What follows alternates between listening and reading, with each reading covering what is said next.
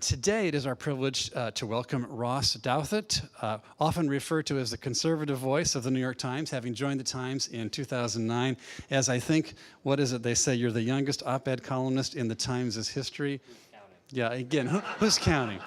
Who's counting? He replaced Bill Kristol there, who was, of course, also the founder and editor of the Weekly Standard, on the editorial page. Before that, Mr. Douthat was senior editor at The Atlantic and a blogger for theatlantic.com. So blogging can lead interesting places, right? He's the author of a couple of books, at least, Privilege, Harvard and the Education of the Ruling Class, 2005, and also co-author of a book called Grand New Party, How Republicans Can Win the Working Class and Save the American Dream, published back in 2008, in what looked like a dark day for the prospects of the Republican Party. Turned out the darkness didn't last too long, but we shall see. I hope they consult your book because the book was rightly, I think, praised for its thoughtful, moderate, conservative approach to resolving America's social ills and reinvigorating the Republican Party at the same time. Mr. Douthat is a film critic for the National Review and a native of New Haven, Connecticut, although I think now you live in Washington with your wife, Abigail. So welcome to Patrick Henry College.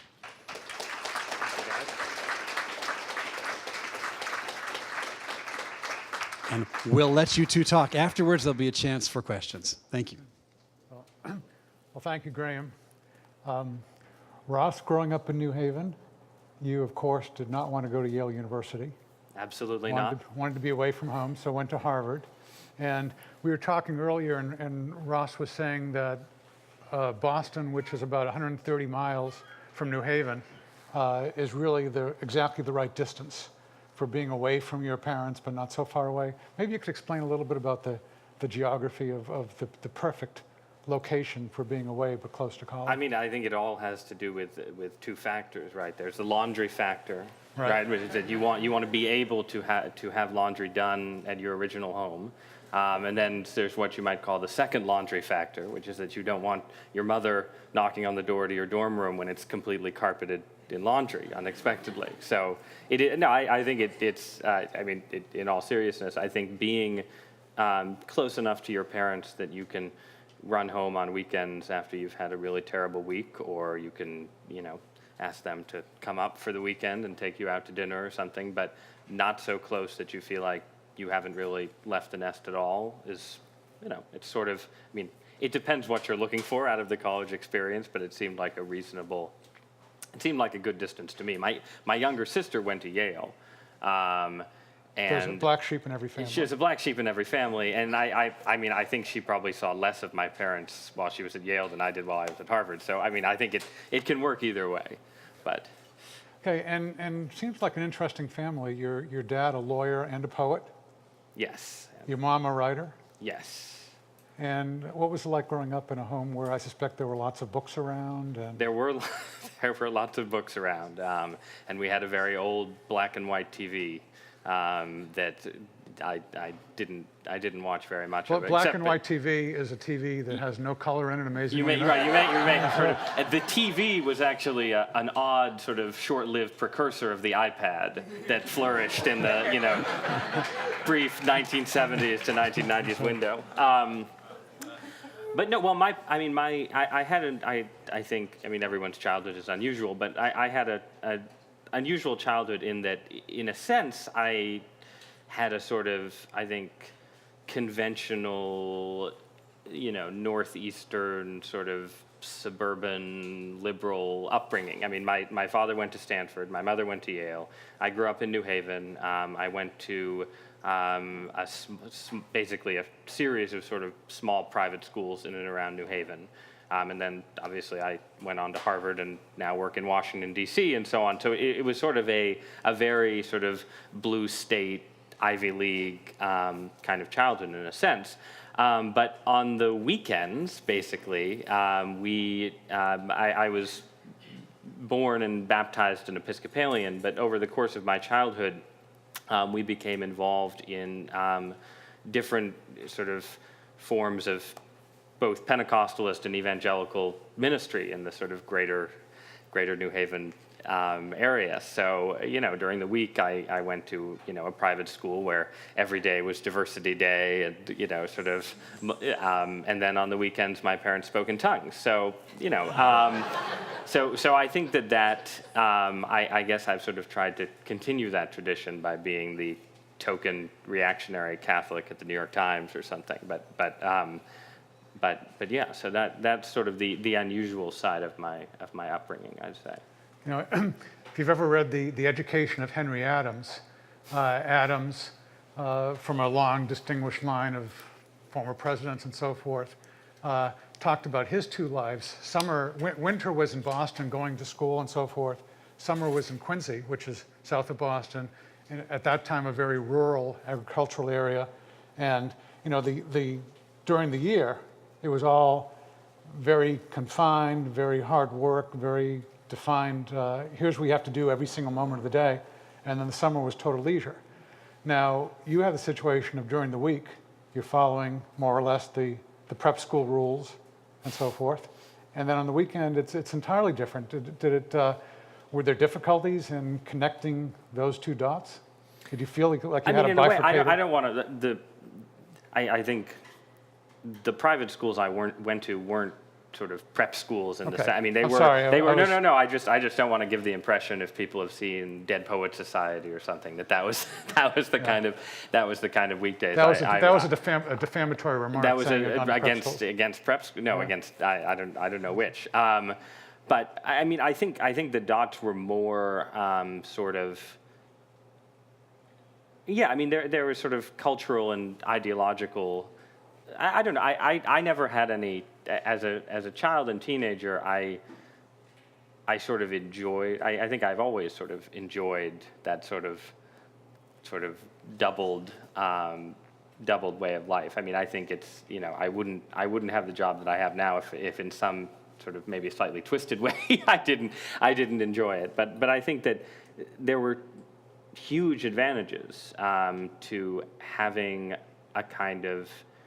different kinds of cultural exposure as a child at the same time, because I think too often in American life, I mean, people talk about this, all the time, the sort of extent to which people sort of sort into ideological camps and so on and live near people they agree with and all the rest of it. And there are very good reasons for why that happens, but I think that there are sort of, from an educational point of view, there are advantages to having all of your high school teachers primarily be liberal Democrats, but then reading, C.S. Lewis and G.K. Chesterton on the side or something, or maybe it's the other way around.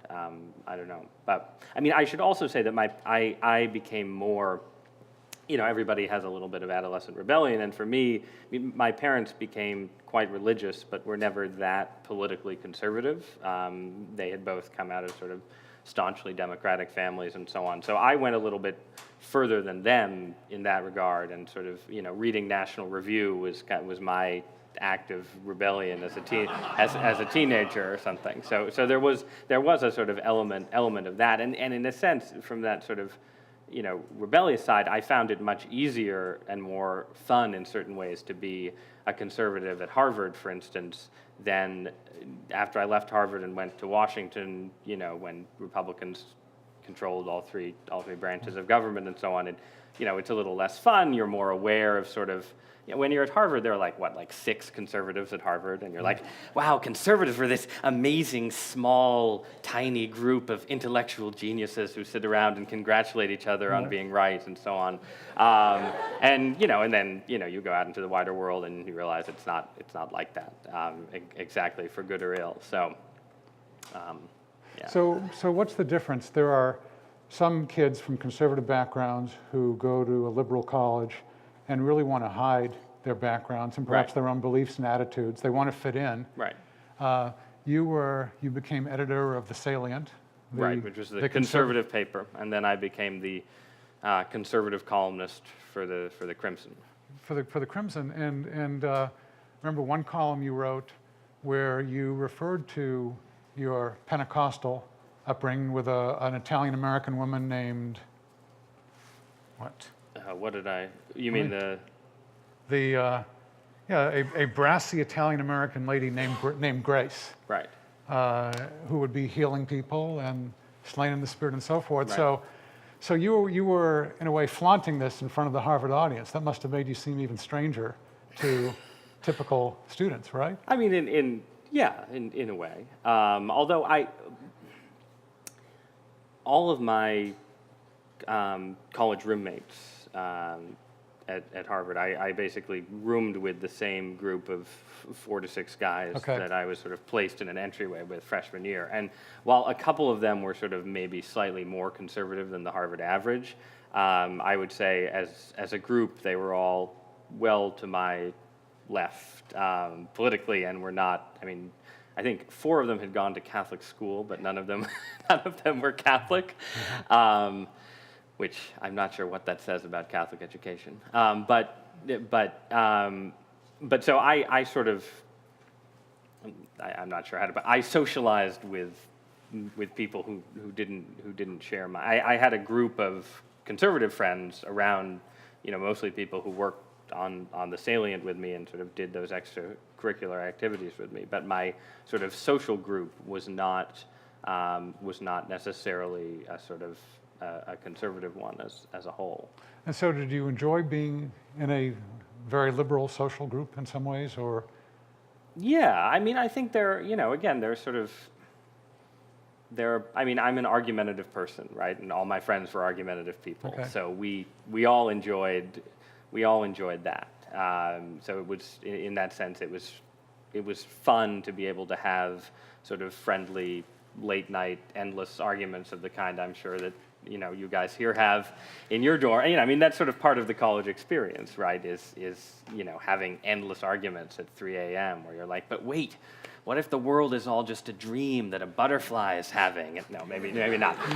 Maybe that was just our 3 a.m. arguments. But so yeah, in that sense, I mean, I think that this is sort of, not to take it to too high a level, but this is sort of the great challenge of life in a diverse and cosmopolitan society, right? Is that you make trade-offs one way or another in the way that you choose to live, and you sort of, I mean, I feel in my own life that I have less of a sense of sort of both religious and intellectual community than some people I know, and that's sort of, that's a loss, I think, in many ways. But the trade-off is that I get to do something kind of remarkable, which is, be a conservative columnist for the New York Times, and sort of talk to people. I mean, the last speaking engagement I did, I was telling Dr. Olasky about it, was at Andover, the prep school, the real prep school in Massachusetts, where I was part of their sort of a lecture series they're doing where they're trying to sort of present clashing perspectives. So I was there to present the religious perspective. And then this week, I guess they're having Harvard's humanist chaplain. Does Patrick Henry have a humanist chaplain? No, maybe not. Is presenting the you're working on that. Is presenting the secular perspective, and it's sort of a weird role. I go in and I'm sort of there to give Andover, which is a primarily liberal, fairly secular school, a sort of to give them a jolt of intellectual diversity. And again, that's a weird role to play and a challenging role, and I'm always worried about sort of pandering or, sort of selling out my own convictions and so on. But I think it's also an important role and a tremendous opportunity to get to go and do things like that. So it both sort of on the personal level and on the general level, the professional level, whatever, it cuts both ways. I've also found it's fun and liberating not to have to worry about fitting in ideologically, in this sense.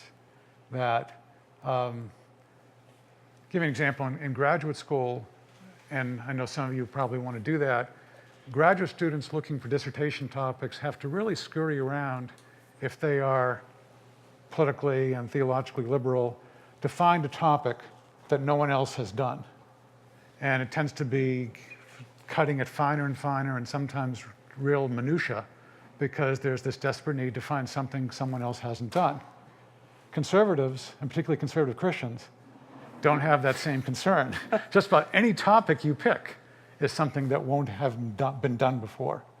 So I'm wondering, when it comes to, let's say, writing columns, you have the opportunity on the New York Times to communicate to an audience, and you may be giving them something they're highly unlikely to have heard anywhere else, as opposed to being a liberal columnist where they've heard lots and lots of stuff, so you have to try to find some angle.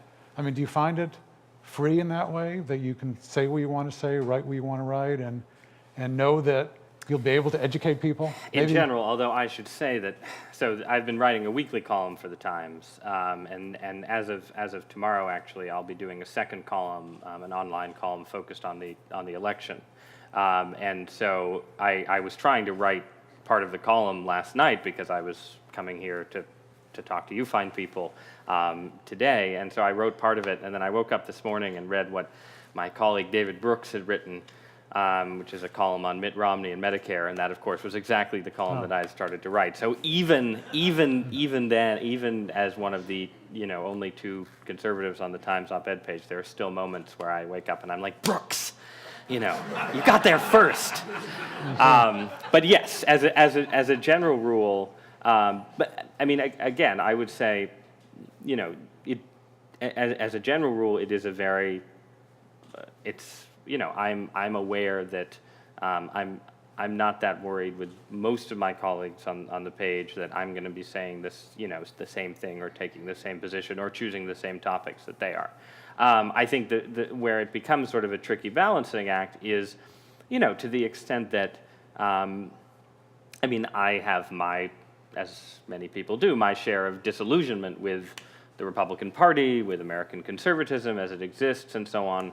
And I think it's there that the balancing act is tricky, because you don't want to be, if I disagree with something Rush Limbaugh says, for instance, I can be sure, or pretty sure, that somebody else on the page is going to, sort of get there first, and so on. And so I find that the balancing act is more sort of between, I want to be honest with my readers about my beefs with the Republican Party and the places where I disagree with whatever the conservative line seems to be.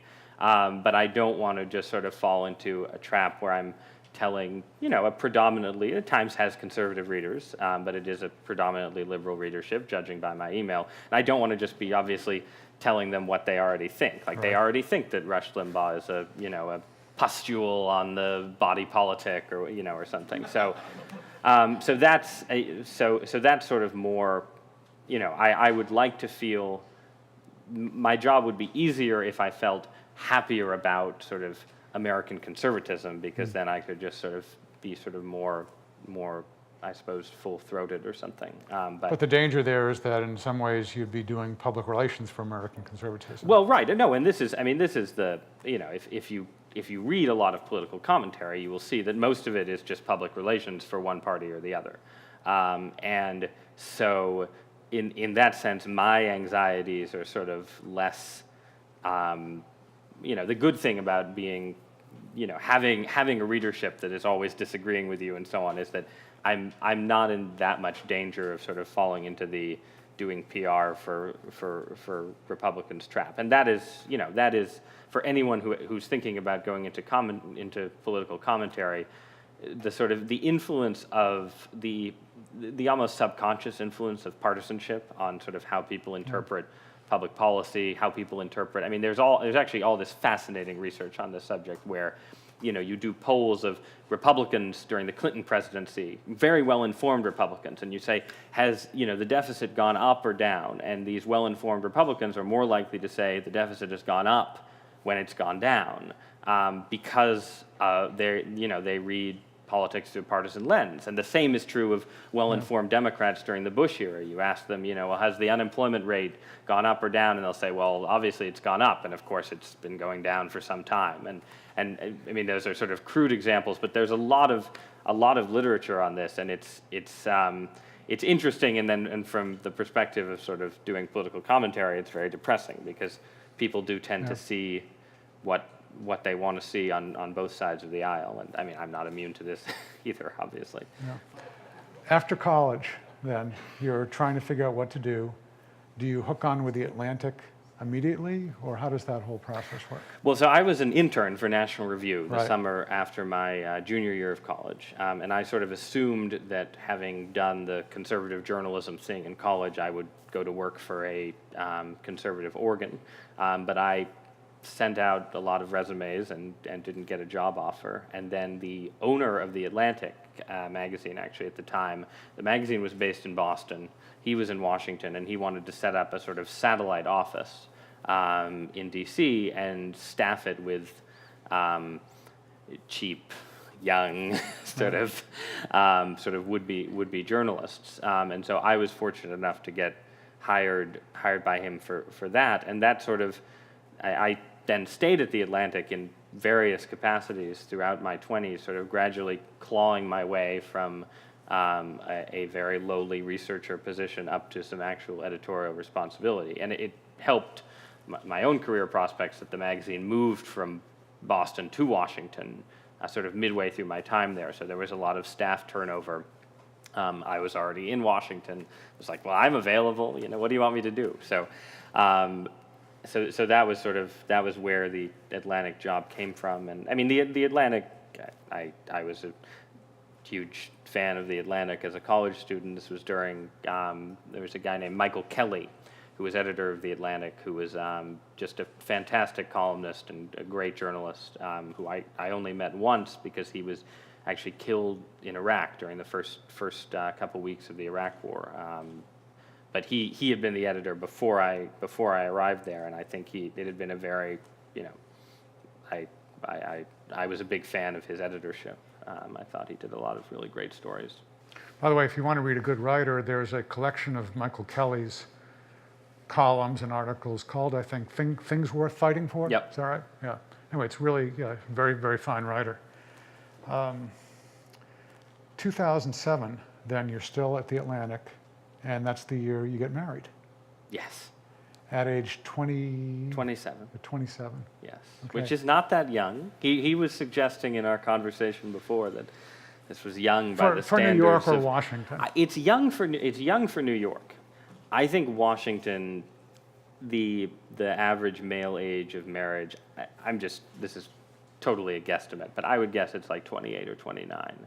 It's still above the American average, but Washington is a much more sort of family-friendly town in many ways than New York, and it's also a town that has more, what's the word I'm looking for?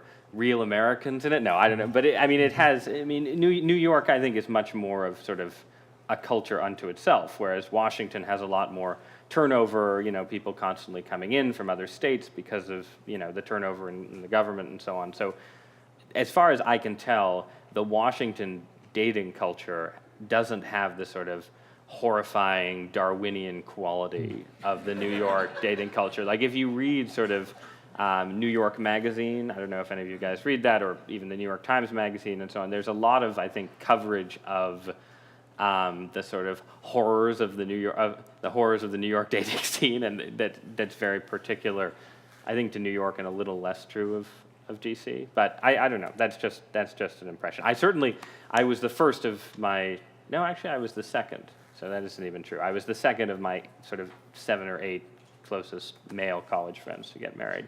My wife's closest friends had all gotten married already. So Okay. even though they had gone to Columbia and MIT, so. There's been a running discussion, I gather, on campus here about male-female relationships and willingness to make commitments and so forth. Just read the article in the college newspaper about that, and about the talk that It's that that Dr. Sillers women are gave. unwilling to make commitments, right? And the men just want to settle down. But you were willing to make the commitment. What pushed you over the edge? I don't know. I loved my wife. There it Yeah, is. that was, and we'd been, as I said, I met her my junior year of college, so we had actually known each other. We dated in college. She went off to work for a newspaper in upstate New York, and I was in D.C., and we broke up briefly during that time. But then she got a job with the Baltimore Sun, and so she was only 45 minutes away, and so we had a fairly long courtship. I think it wasn't. I think that more than sort of absolute age is the real determining. I mean, not necessarily. Obviously, if you meet somebody at 12, maybe you don't want to marry them at 19, or maybe you do. Not that there's anything wrong with that, but I think that's sort of. I mean, what I think I see. What I see with people in my age cohort now, I'm 31. I'll be 32 soon, and I think as people sort of tip from the late 20s into the early 30s, there's, a sort of strong pressure, and again, unless you're in New York City, a strong pressure to sort of settle down and get married, and if you want to have children, obviously the sort of, even today, the biological realities are what they are. And looking at that with some of my friends, I think actually obviously I think I was lucky because I got to marry my wife, but I think my wife and I were lucky in having met each other in college and been able to have a sort of extended courtship in a way that wasn't sort of overshadowed by the fact that, oh my God, we're turning 30 and, if we want to have kids, we need to, get married soon and so on. So in that sense, I think getting married at 27 was great because we beat the rush, So that was an extended courtship as compared to the courtship from the New York Times, which was a 5-month process and not really a courtship. You were wondering, a courtship implies that like both parties are sort of equal and so on, whereas it's much more, if the New York Times calls you up and has you up for a conversation, I always knew that if the Times offered me a job that I would take it. And so, I think it was, there was sort of a preliminary conversation, and then I came up for another interview, and then there was another period of time that went by, and then they offered me the job, and I said that I would accept it. And what did they ask in interviews? I mean, they've read your stuff, but what did they want to know about you in the interviewing process? I think we mainly talked about, there was a little bit of sort of personal stuff, but it was mostly a sort of conversation about politics and journalism and sort of roving from sort of particular issues to sort of questions like, well, what do you think makes a good columnist? What do you see the columnist's role in the age of changing media? I don't know. To be frank, I was so nervous that I couldn't really tell you what was said. I just remember, the food they served and so on. The rest is just a complete blur. But there's the small New York Times office in Washington. Right. It's not that small. It's a bureau. All the report.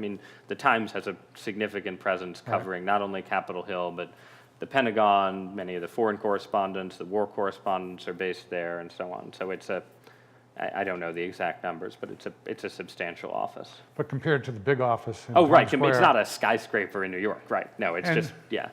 And when you go to the office, and maybe the big office rather than the small office, how are you received? I ask this because 20 years ago, I wrote a profile of Nat Hentoff.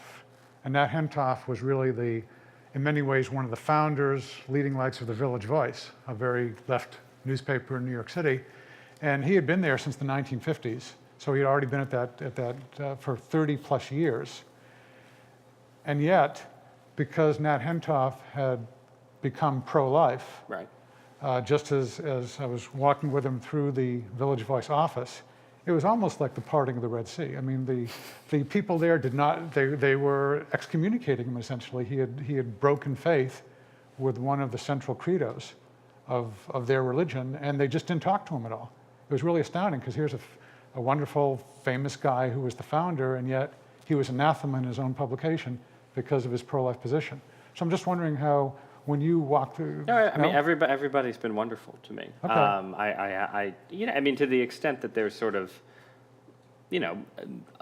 some of the other Times columnists have been promoted from within the paper, have been reporters and so on, have sort of deeper roots in the newspaper, and, I was hired at a young age, and, and sort of coming from outside and so on. So, I don't have like, a 10 years worth of sort of social network at the Times, and I've never worked in the big office up in New York. But in terms of sort of ideological,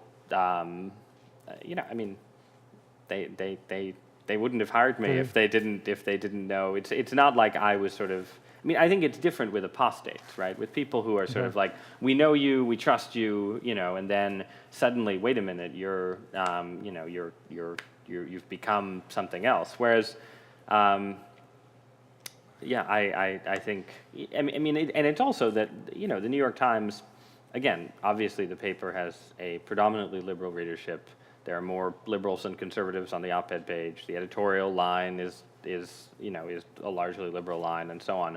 But it isn't. I mean, the Village Voice is an ideological enterprise, whereas the New York Times is first and foremost a journalistic enterprise. And most of what the New York Times does, sort of in print on a daily basis, even if it doesn't necessarily hit the mark, the conception is that they are doing non-ideological reporting on the news. And I think that makes a big difference to sort of to the culture of a place. The culture of the Village Voice is a culture organized where the organizing principle is, we have a sort of avant-garde left-wing attitude towards the culture, whereas the organizing principle of the New York Times is that we want to get the story. So and there's a difference there. Okay, so in their self-perception is still, we are non-ideological, we are objective in our secularist way, so we are not threatened by someone with a very different worldview because. Right. I mean, the self-conception of the Times is that they have their and particularly with the op-ed page, it's that this is a place for the frank airing of views, and so it would be inappropriate if we didn't have somebody who sort of shocks our readership from time to time.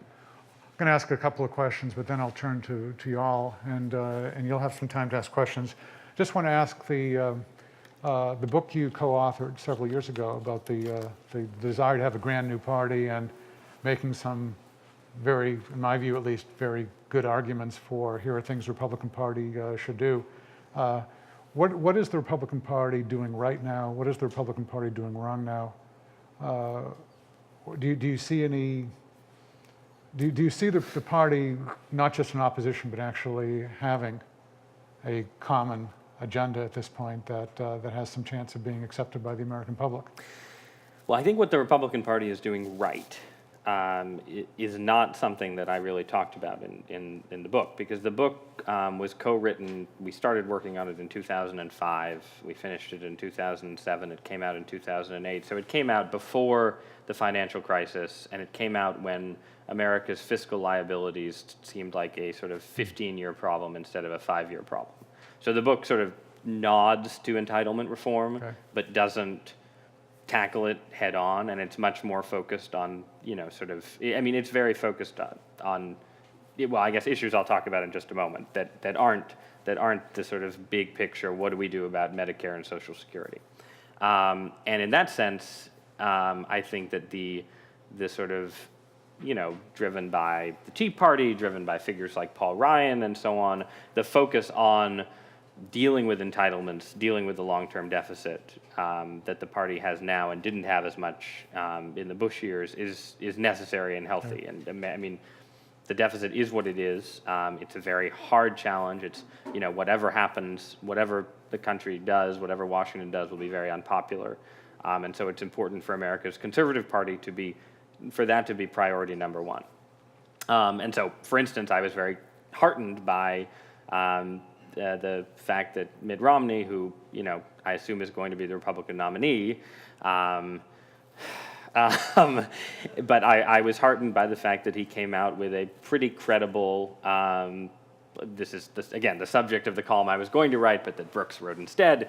A credible Medicare reform blueprint, that has details to be filled in and different problems and so on, but that's sort of a little closer to the political center and therefore a little more plausible politically than the Ryan plan, but that contains a lot of the things that Paul Ryan's plan got right and so on. So that's good, that's important.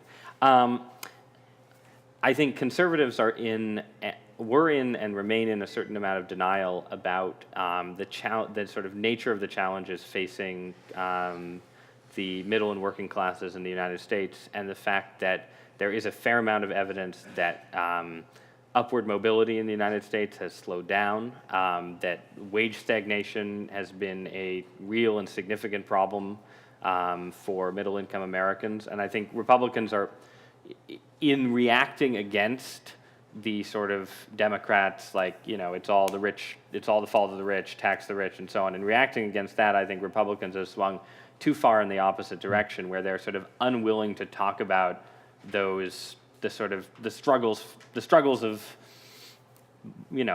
sort of what you might call lower middle America. And I mean, conservatives are willing to talk about those challenges when the subject turns to culture, and a lot of those challenges are cultural, and they're rooted in the decline of marriage and sort of decline of church going among the working class and so on. And I think conservatives have it right, but there's an unwillingness to talk about the economic component, and there's a tendency to, if you look at sort of the hot ideas, right, the hot policy ideas that sort of conservative activists have gotten excited about in this election cycle, they have tended to be tax reforms, Herman Cain's 999 plan, the sort of flat tax that Gingrich has proposed, and sort of versions thereof that would actually end up raising taxes on sort of lower middle America. And I think conservatives have sold themselves on a narrative where, it's lower middle America keeps voting for bigger government because they aren't paying any income taxes anymore, so they don't have a stake in the government, so they just vote for bigger government, and so we need to, make them pay a little bit more in income taxes so they'll have more of a stake in government and so on. I think that's basically crazy. I think it's totally out of touch with sort of the realities, the economic realities for a blue-collar family of four who may, because of sort of various deductions and exemptions, not pay income taxes, but are still paying, state taxes, payroll taxes, excise taxes, sales taxes, you name it, and who aren't having the experience that I think maybe Herman Cain thinks they're having, where they're like, oh, government is free, and, their experience is more that they're making $41,000 a year, and healthcare costs have eaten up their wages, and they voted for Barack Obama because middle-class wages stagnated during the Bush years. So that was sort of the core argument of Grand New Party, was that conservatives needed if you look back at sort of the Reagan agenda, it was actually very middle-class focused. It was focused on issues like crime. It was focused on middle-class tax cuts as well as upper-class tax cuts, and that Republicans have sort of boxed themselves into a corner where capital gains tax cuts and a flatter tax code is their only sort of policy proposal for the middle class, and I don't think it addresses the real challenges. And it's sort of like during the healthcare debate, right? Like, there wasn't really a Republican alternative to Obamacare, and you could say, well, that's because the government shouldn't be involved in healthcare and so on, but the government is involved in healthcare, and the reality is that we have a messed up healthcare system in all kinds of ways, and for conservatives to just defend it on the grounds that Obamacare was worse, again, it doesn't address these sort of real underlying challenges that aren't going away. So that's my sort of long-winded where I find the Republican Party frustrating. Right. So my last question, my guess is that your next book is going to propose some alternatives that would help conservatives or Republicans deal with, no? Not in the slightest. It's going to be about baseball? My next book is about American Christianity. Oh, okay. And to the extent that it touches on public policy, it does so in a very sort of view from 10,000 feet perspective, where I'm sort of, but no, the title of my next book, if it is actually finished and actually comes out when it's supposed to come out, which is next year, God help me, is Bad Religion: How We Became a Nation of Heretics. So it's the first half of the book is about the crisis of institutional Christianity in the United States from about 1950 to the present, and then the second half of the book focuses on what I think are sort of distinctive contemporary heresies. There's a chapter on the prosperity gospel that focuses heavily on Joel Osteen. There's a chapter on what I call the God within that focuses on Eat, Pray, Love, Oprah, that stuff. There's a chapter on political religion that's I take the view that right, you know how Glenn Beck had a sort of fixation on the evils of Woodrow Wilson. I take the view that sort of Glenn Beck and Woodrow Wilson sort of represent kind of mirror image political heresies that are sort of persisted on the left and right. So that's the book. So it's a little bit of a departure from domestic policy. Very interesting. Why this book? I mean, I'm interested in American religion. I think that we have passed through a period where debates about religion in America have been sort of very focused on what happened in the 60s and 70s and their aftermath, and very focused on a sort of, you know, right-wing Christian versus left-wing Christian or secularist, and sort of, you know, evangelicals versus Christopher Hitchens, or, you know, that, and I thought that there was room for a book that sort of looked at aspects of American Christianity that may touch on politics, but aren't necessarily, that don't sort of, like a figure like Osteen, right? Like, probably most of Joel Osteen's viewers are Republicans, right? Like, and, you know, sort of if you average it out, and, you know, maybe there's sort of a red America tilt to his audience, and a sort of blue America tilt to Oprah's audience, right? But both of them are figures who are, I think, very religiously influential, who are not sort of culture war figures, right? And so I think, so that was, so, and I also thought there was sort of an opportunity to try and put some of the debates of the 60s and 70s, both in Catholicism and Protestantism, though obviously I'm a little more fluent in sort of inter-Catholic debates, and if you read this book, I hope you will be forgiving and charitable when I turn to evangelicalism, and no doubt get all sorts of things wrong. But to sort of try and put some of those debates in a little bit of context that maybe was sort of harder for people who came up during them to necessarily see. So, and also, like, you know, when you write about partisan politics, it's just sort of, you know, it's exhausting. It's very focused on like the next controversy and so on. And ultimately, you know, if you look at America's problems, a lot of them don't have anything to do with politics. And so the theme of this book is sort of theology has consequences, right? And what are those consequences for American politics and culture? Okay, good. This question over here. Yes. First of all, I'd just like to thank you for coming out. We're honored to have a cogent conservative voice taking time to come share with us. It's only an hour away, so it's very easy. But I'm glad to be here. Well, please come back in that case. My question is, when you're speaking to an audience that largely doesn't share, or rather shares very few of your own convictions, where do you find traction and a foundation to have actual profitable arguments? Where do you find that common ground to work your arguments into their world? That's a very good question. And the answer is sometimes I don't. And there are certainly moments when I mean, basically you sort of try and start at sort of a lowest common denominator, right? Like, hey, we both agree the world exists. Let's start. No, seriously, this is where my Andover talk began. I said, look, forget everything you know about religion, pretend you've never heard of Christianity, Islam, whatever. Just imagine yourself as, you know, a human being encountering the universe. And what do you see, and so on. And I mean, but this is something that sort of, you know, writers have always done, and I'm sure what I was doing was just a sort of weak variation on what, you know, a C.S. Lewis did so effectively, right? Like, it's always been the case that writers, you know, whether they're defending Christianity or defending something else, you know, have to sort of try and begin at low levels and work their way up. You know, there's some of that. There is I do a lot of sort of when I write columns about public policy, for instance, a lot of the time I will sort of concede something, right? I will say, you know, because I think, you know, it is not the case that one political faction has a monopoly on policy wisdom, right? So there is usually, if I'm about to disagree with liberals about something, there is something I will concede to them and say, well, look, I agree with you about this and this. But why don't you, you know, if you start with those premises, you don't necessarily get to the conclusions you think you get to, right? So I just wrote a column about, was sort of pegged to the Occupy Wall Street movement, right? And it was about mobility in America.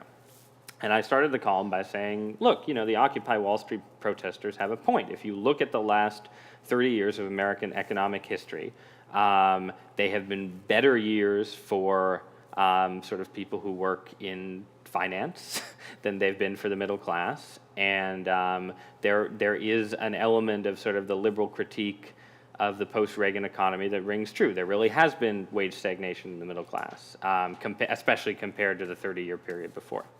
But then I said, but look, what are we most concerned about, right? Are we most concerned about sort of absolute measures of equality? And if that's all you're concerned about, then yeah, you can just tax the rich, take their income down a notch, and you have created more equality, sort of by definition. But if what you're concerned about is sort of social and economic mobility, which I think is more fundamental to the American dream and so on, then you need to recognize that if you're raising taxes right now, you're just raising them to pay for a set of sort of legacy programs that don't necessarily serve the cause of socioeconomic mobility. So if you raise taxes in order to avoid reforming Medicare, well, what does Medicare do? Medicare redistributes income not from the rich to the poor necessarily, although it does some of that, but it redistributes from working age people to retirees. Right now, the system pays out much more money to retirees than they ever paid into it. So you have and that's just going to go up and up and up.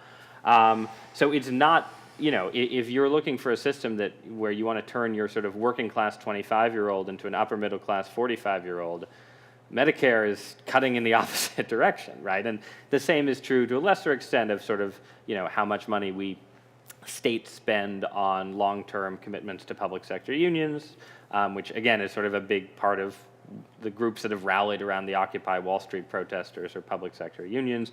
It's clearly true in our educational system where we have, more than doubled the amount we spend over the last 20 years without clearly getting better test scores and so on. So essentially you can sort of see what I tried to do, right? I said, look, I agree with you about this, but you need to recognize that the government that liberalism has built isn't necessarily doing a good job of achieving the ends that we both agree, would be positive for America, and so you should maybe consider, sort of reforming that government before you just throw more money at it. So that's sort of a long-winded version of sort of how you do it. It's harder obviously with sort of social issues and certainly with religious issues because I am sort of more of a moderate conservative than a, sort of true hardcore libertarian on domestic policy. So I really do have more common ground with my readership. And the columns that I anguish over the most are columns about abortion and on rare occasions that I'm brave enough to touch at gay marriage. So there it's harder. And, like with gay marriage, for instance, I think that social conservatives, Christians need to recognize that the premises that they sort of had assumed, there was sort of, for a long time, the gay marriage debate was a winning issue for Republicans because it was a case where most of the country shared a sort of, it was just a premise. Marriage is between a man and a woman. That's the premise. You don't need to go any further. We share that premise. So we're going to win this debate. Now that premise is no longer shared. So to the extent that it's really possible for Christians to win the debate, it has to be a debate about, well, what is, it can't just be a debate where you say, well, this is marriage, and gay marriage isn't marriage, right? Like that if that's true, it's not a truth that has any purchase on the American imagination right now. So you have to go back a step. You have to say, okay, well, we're not going to agree on what marriage really is. We're going to say, all right, well, there are different models of what, societies have had polygamy, societies have had this, that, and the other thing. We need to make the case for why the Christian model of marriage is actually the best model. And that's, I think, it's a slightly different debate than just saying, well, putting quotation marks around gay marriage and sort of assuming that will win the argument, because it hasn't. Now, I don't have any confidence that taking that step back will win the argument either, but I think it's at least the place where, if you go back to let's say the early centuries of Christianity, right? The early centuries of Christianity, Christians in the Roman Empire confronted a very different marriage culture than the one that Christians themselves supported. And part of the case for Christianity in the early centuries of its existence was that Christianity conduced to greater human flourishing than the pagan culture that it was competing with.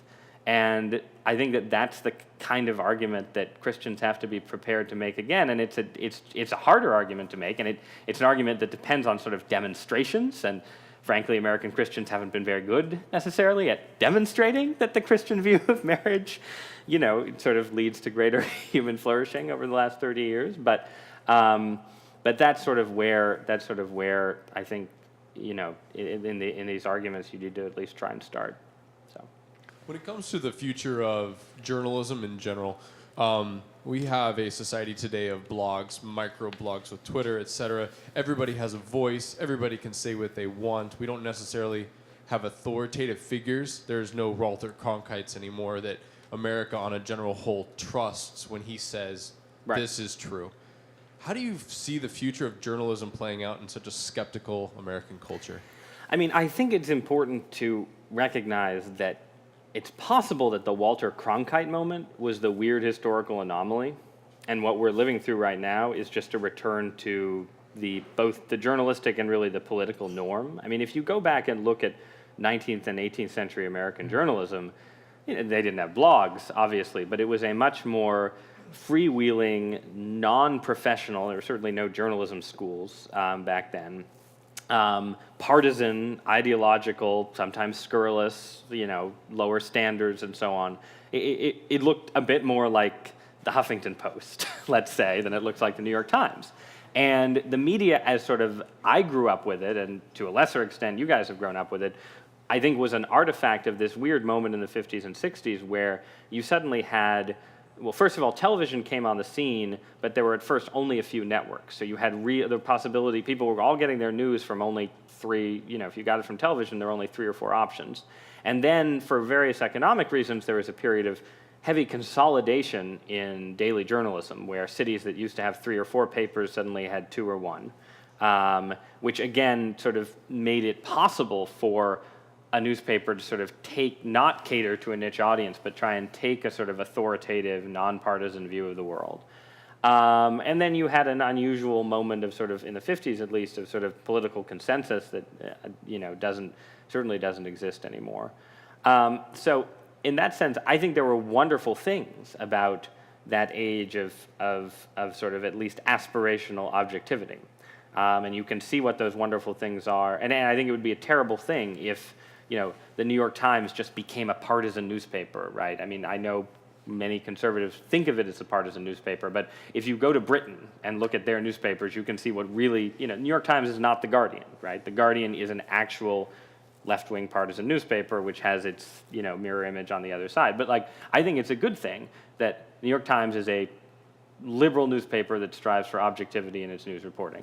The Wall Street Journal is has a conservative editorial line, but also strives for objectivity in its news reporting.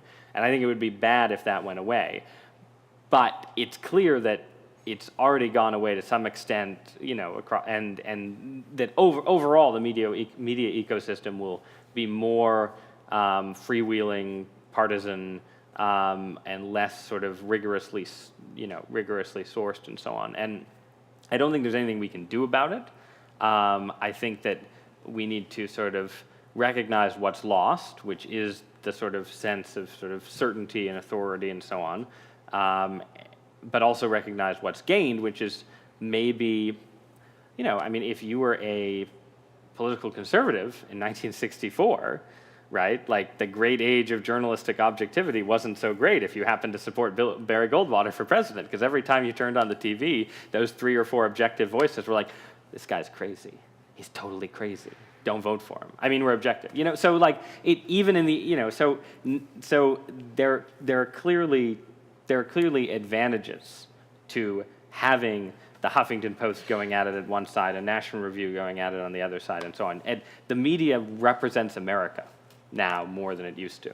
And so I think that, I think the challenge for journalists is just that, it's more a challenge of how you make a living, right? Because journalism had become a profession that was a lot, it wasn't as well paid as law or medicine or something, but it had similarities. You could go to a professional school, you could, and then you could go and get a job at, what my wife, for instance, started to do. She worked for a weekly paper in the Hamptons in Long Island. She did sort of stringer work for a couple of newspapers in Connecticut. She got a full-time job at the Glens Falls Post-Star in upstate New York.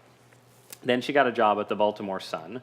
And the next natural thing would be either to get a job at like the Post or the Chicago Tribune or something bigger, or she could just stay at the Sun and have a very nice, middle class, live in the suburbs of Baltimore, have the same position or move around within the paper, but work at the paper for 25 years and so on. They had foreign bureaus at the Baltimore Sun, which is unimaginable, but so you could go and spend a couple of years in Johannesburg.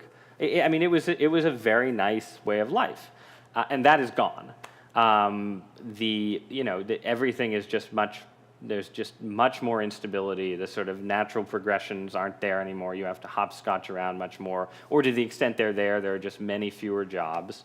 So that's a professional challenge, but it doesn't necessarily mean, the fact that journalists don't have it as easy anymore doesn't necessarily mean that the news-consuming public has it worse, I guess. I think it's hard for journalists to separate the loss of that sort of steady upper-middle-class paycheck from the overall landscape of journalism, but it is important to at least partially separate it and say, okay, well, even though we have to hustle a lot more the way people did in the 1920s, maybe, the consumer of news, it's not so bad. You and David Brooks both have spoken strongly that Romney's the only realistic alternative for Republican president. And earlier you spoke about not having a realistic alternative to the healthcare debate last year. What do you think's gone systematically wrong or slipped in the Republican Party to give so few options when the dominant party is sort of slipping themselves and they're so far down the polls and the economy's in the dumper? Well, I think it's in the healthcare debate, the lack of a realistic option was basically just the fact that, when you're in opposition, there's never really an incentive to come up with a totally realistic option, as much as columnists and policy wonks might want you to. There's always a stronger incentive to sort of just, if you look how did the Republicans attack Obama's healthcare bill? They talked a lot about how it would cut Medicare. Right? Now, this was a very cynical argument because, of course, any serious conservative needs to be willing to cut Medicare. If you want a smaller government or even the government of the size we have now, that's probably issue number one. But it was a very effective argument, and it was maybe more effective than having David Brooks draw up some nice alternative healthcare plan and saying, no, look, we agree with this thing, but we would tweak this thing, and we would do this in a more free market way. So, it is important, as much as people like me get frustrated, to remember that sort of politics is politics, right? And there's always going to be some of that. There's also just, I think, the fact that Republicans were just coming off a sort of period where they'd been at sort of the highest highs and then the lowest lows, right? At the peak of the Bush administration, the political peak, President Bush was one of the most popular presidents in all of American history. The Republicans controlled all three branches of government. There was a sense after 9/11 that sort of this was a moment of renewed seriousness and national purpose and so on. It was, it sounds inappropriate in a way to say it now, but there was no better time in a weird way to be a conservative sort of psychologically than the aftermath of 9/11, I think, in certain ways. And you can see that if you go back and read what conservatives wrote during that time. And then it all slipped away for various reasons, and Bush became one of the most unpopular presidents in American history. And suddenly, there were two straight landslide elections. And when something like that happens to a political party, it's not always reasonable to expect them to immediately bounce back with a brilliant new agenda, right? When this happened to the Democratic Party in the 60s and 70s, it took a long time. And so the fact that the economy was terrible and President Obama screwed up in different ways, and there was this, there was an opportunity for conservatism sooner than one would have expected. But it's not surprising that conservatives weren't totally ready to seize it. On the presidential front, it's really just, I mean, it's two things. One is that, again, similarly, you are coming off this period in the Bush era where, because Bush was so unpopular, there was no ability to sort of anoint a successor, right? I mean, some of that was because Cheney was a unique vice president, but there was also, but at the end of the Bush administration, it wasn't clear who the Republican bench was. So it's not, so that has, the sort of weak bench has created a weaker field this time around. But it's also that people who should have run, like Mitch Daniels, the governor of Indiana, didn't run. And, a field with, where I think the ideal Republican field this year would have been basically a three-way race between Mike Huckabee, Mitch Daniels, and Mitt Romney. And Mike Huckabee decided he would rather do a television show. I do not blame him for this. I am a journalist for a living. It's, I wouldn't want to run for president. Mitch Daniels, there were personal reasons having to do with his divorce and remarriage and his wife and so on. So, but those were sort of the natural, Daniels would have been the sort of, wonky Midwestern, sort of candidate.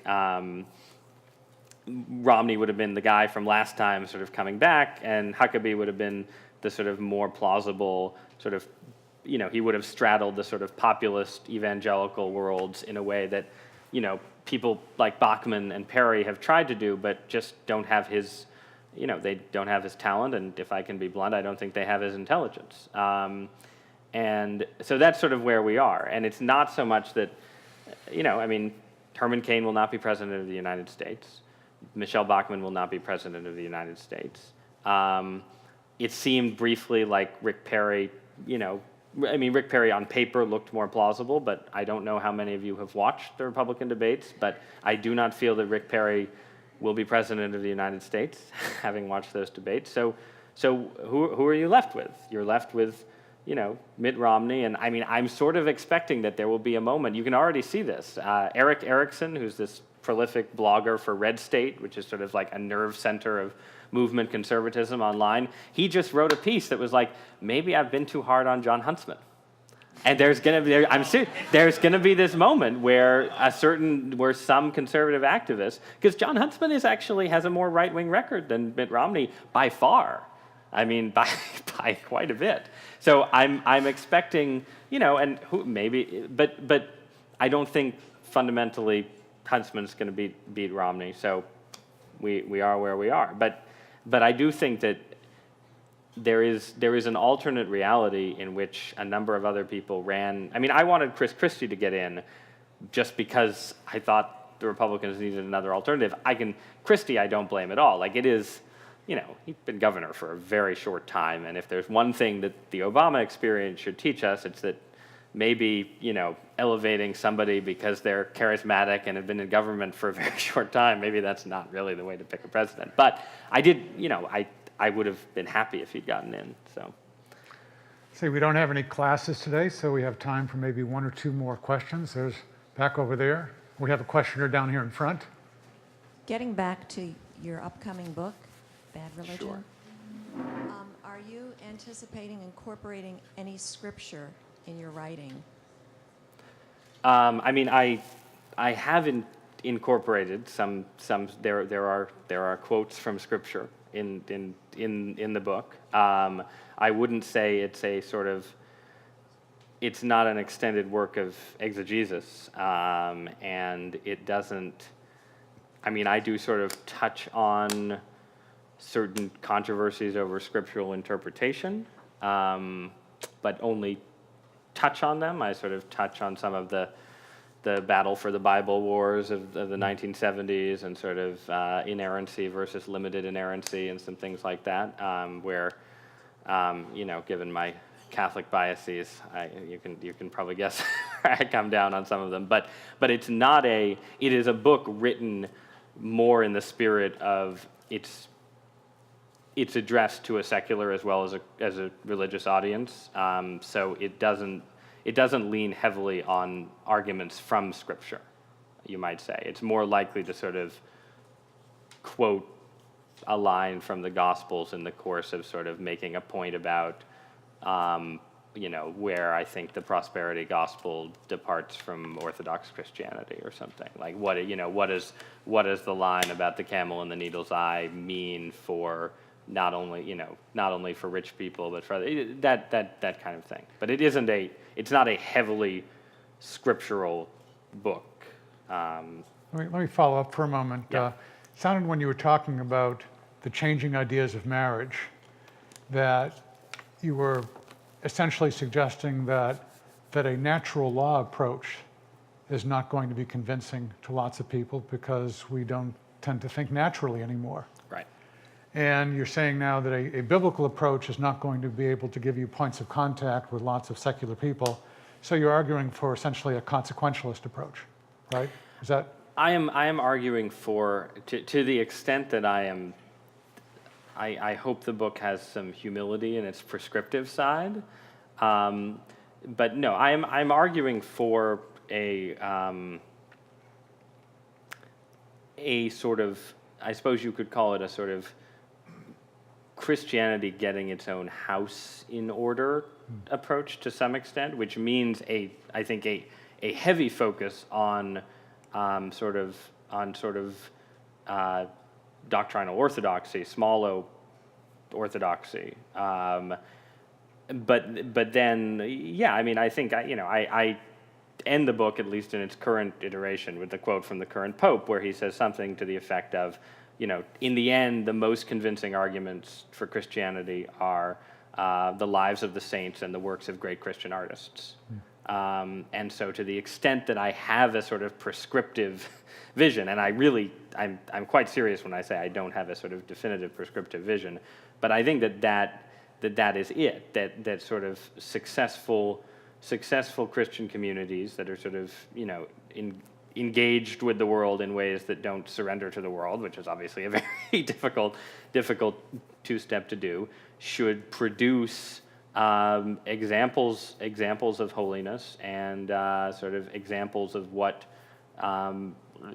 examples of what the Christian worldview sort of means in practical terms. And I think you could make an argument that it is sort of, it's not consequentialist in a philosophical sense, but it is consequentialist in a sort of, they will know we are Christians by our deeds kind of way. But it isn't a book about how Christians can convert the secular world, I would say. It's more an argument. I don't talk about the new atheists except in passing.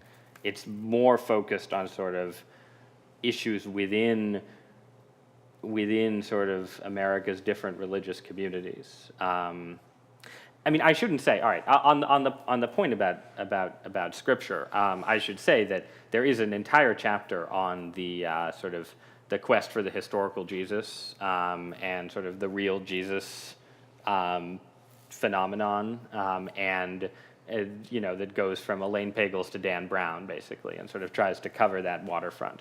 And there, the argument, again, I'm not making an appeal to scriptural authority, but that chapter is very focused on biblical scholarship and makes a sort of extended argument for the historical reliability of the gospel narratives. But it's a second order. It's not saying, read and believe. It's saying before you start to read, the gospel narratives and the orthodox interpretation thereof have a stronger claim to historicity than you sort of interested in religion but reader might think. So it's that, but that is that chapter is probably the most sort of scripturally intensive, but it's more focused on sort of historical argument rather than, again, exegesis of any kind. Okay, let's see, there was a questioner right here in front. Thank you so much for your time. I'm studying journalism here, and because of this, and for any other aspiring journalists or just people in general who are just have a desire to pursue truth and communicate that to an audience that is not necessarily as like-minded, I was wondering what you would consider one of the biggest challenges you've faced as a conservative writer for the New York Times, and just kind of how you've handled that and worked through it and sharing that with us. Sure. I mean, I don't have a sort of, trying to think if there's sort of a particular, a particular, you want a specific example as opposed to generalizations. So specifically, I mean, I don't have like a great story of how I worked through this, but about 2.5, 3 months after I started at the Times, George Tiller, the abortionist, the late-term abortionist, was shot. And so I decided that I should write a column about that.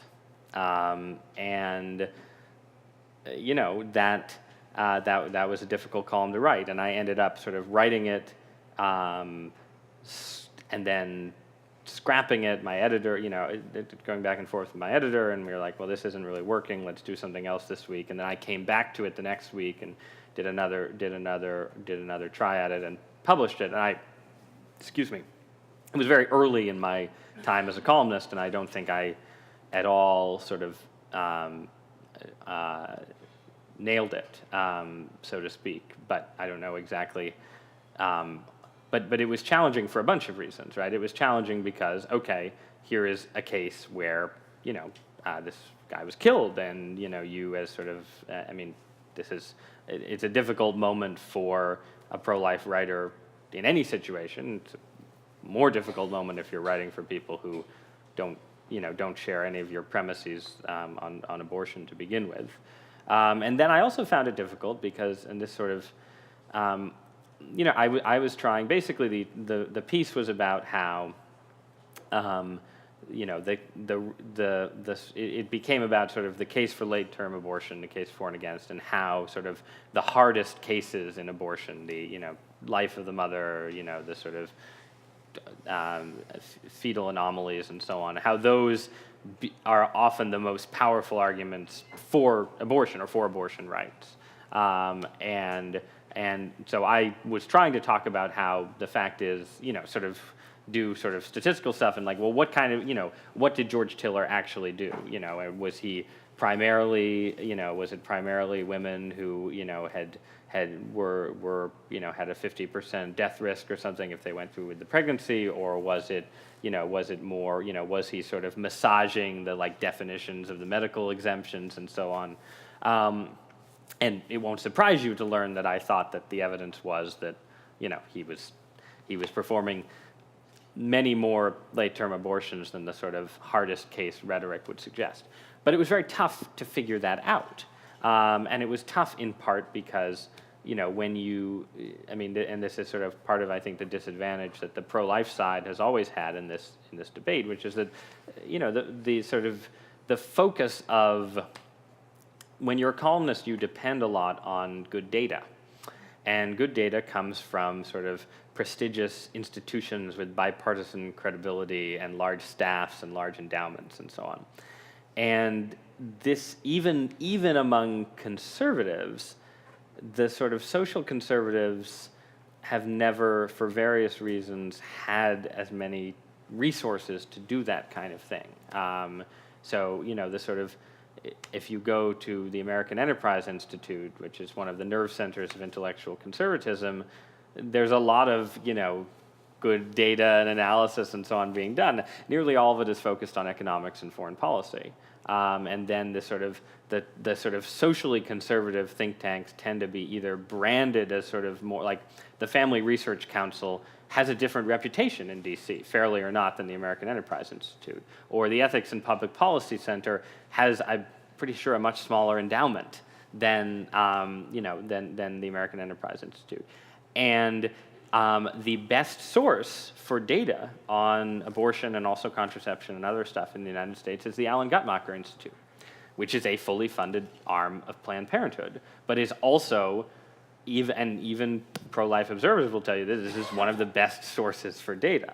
So what this means is that when you're trying to publish a column in the New York Times where you talk about this incredibly controversial topic and you're trying to get, definite information on what are the percentages of this and that and so on, and you're trying to do this in like 24 hours and so on, there are particular challenges. And I don't think I successfully overcame them. I think that I ended up hedging my words a bit about what Tiller actually did because I not because I wasn't completely confident in the data, but because at that point, as a sort of new nervous columnist, I wasn't confident in my ability to sort of defend some of that data if I came under, heavy attack or something. So that's one of the sort of more memorable early. I mean, I think all of the hardest columns I've written for the Times have been about social issues for many of the reasons that I've expressed to you today. It's just sort of a particular,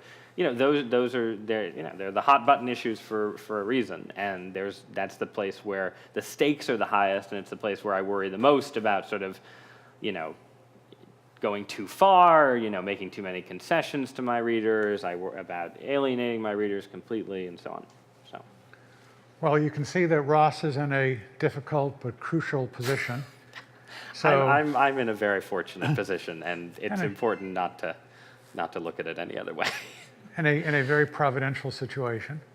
But please join me in praying for him, and also please join me in thanking him now for coming. Thank you guys so much. I really appreciate it.